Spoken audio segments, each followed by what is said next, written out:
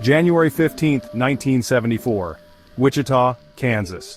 A cold wind howled outside. The Otero family was oblivious. They were about to face a horror unimaginable. Joseph and Julie Otero, along with two of their children, were brutally murdered in their own home. It was a scene of unspeakable savagery. The city was gripped by fear. A killer walked among them. The killer didn't just take lives, he toyed with them. He bound his victims. He strangled the life out of them, one by one. He even left a gruesome calling card, a chilling message to the police. He craved attention. He wanted the world to know his name. He called himself BTK. Bind. Torture. Kill. The city was in shock. The brutality was unprecedented. This wasn't just a murder, it was a statement. A promise of more terror to come. The hunt for the BTK killer had begun. But little did they know, it would be a chase that spanned decades. Dennis Rader. An ordinary name, an ordinary face. He could be your neighbor, your coworker, the man you see at the grocery store, but behind this facade lurked a monster. Rader was a Boy Scout leader, a church council president, a seemingly devoted family man. He lived a double life, hiding his dark fantasies, feeding his twisted desires.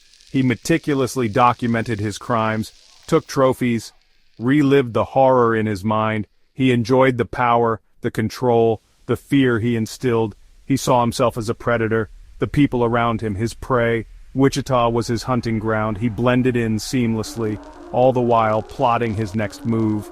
The monster waited patiently. The Otero murders were just the beginning. Over the next 16 years, BTK terrorized Wichita. Each crime was a macabre performance. He stalked his victims, studied their routines, planned every detail. He took pride in his work. He sent taunting letters to the police, filled with riddles and clues, boasting about his crimes. He craved recognition. He wanted to be infamous. He targeted women, often strangling them with their own clothing. He photographed their lifeless bodies, posed them like trophies. His victims ranged in age, from a 9-year-old girl to a 63-year-old grandmother. Their only connection? They crossed paths with a monster. Wichita lived in fear. No one knew who would be next. The city held its breath, waiting for the next attack. For years, BTK seemed untouchable. He vanished into thin air after each attack, leaving behind a trail of bodies and fear. But the police never gave up. They meticulously collected evidence, analyzed every clue. They knew he would slip up. Then, in 2004, 30 years after his first murders, BTK resurfaced. He sent a letter to the Wichita Eagle newspaper. He wanted to play a game. He included a message, a chilling reminder of his crimes. He thought he was in control. He was wrong. Technology had advanced. DNA evidence could now be used to track him down. The police used his ego against him. They engaged in a public dialogue. They knew he craved attention, and they used it to lure him out. The game was up. BTK was caught in February 2005. It was a floppy disk that sealed his fate. He had sent it to the police, thinking he was untraceable. It contained a deleted file, but the police retrieved it. It was connected to the church where Dennis Rader worked. The arrest sent shockwaves through Wichita. The unassuming church council president was a monster in disguise. He confessed to his crimes in chilling detail. He showed no remorse. He relished in recounting his deeds.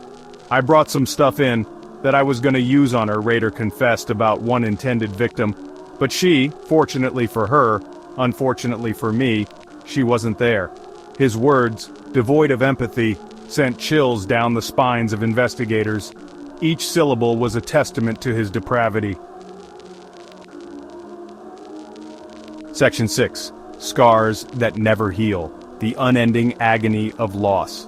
The families of BTK's victims finally had answers, but with it came a wave of pain. The details of his crimes were unbearable. The knowledge that their loved ones suffered was unbearable. They had been living with a monster in their midst.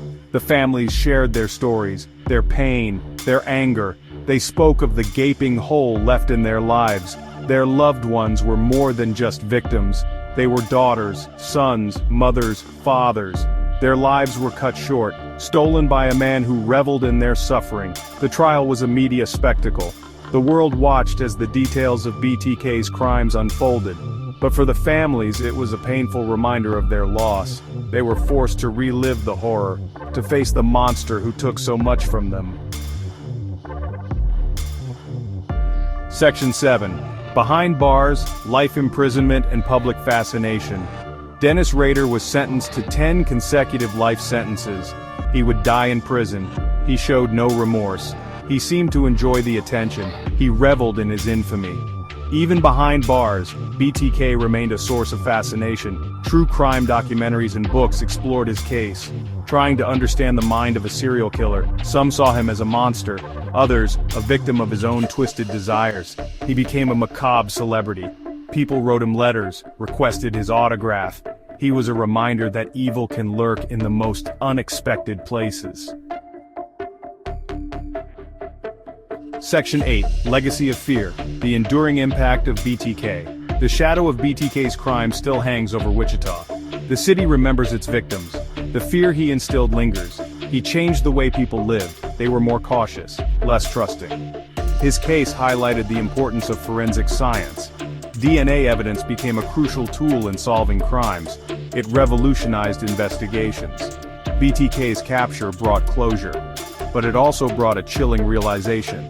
Monsters can hide in plain sight. Remembering the victims, fighting for closure. The story of BTK is a stark reminder of the human capacity for evil. It's a story of loss, grief, and the resilience of the human spirit. But it's also a story about the victims. Their lives cut short, their families forever changed. We must remember their names, their stories. We must honor their memory by fighting for justice, by supporting their families, by never forgetting the cost of BTK's reign of terror. Though the scars may never fully heal, there is solace in unity. In remembering we find strength. In honoring we find peace.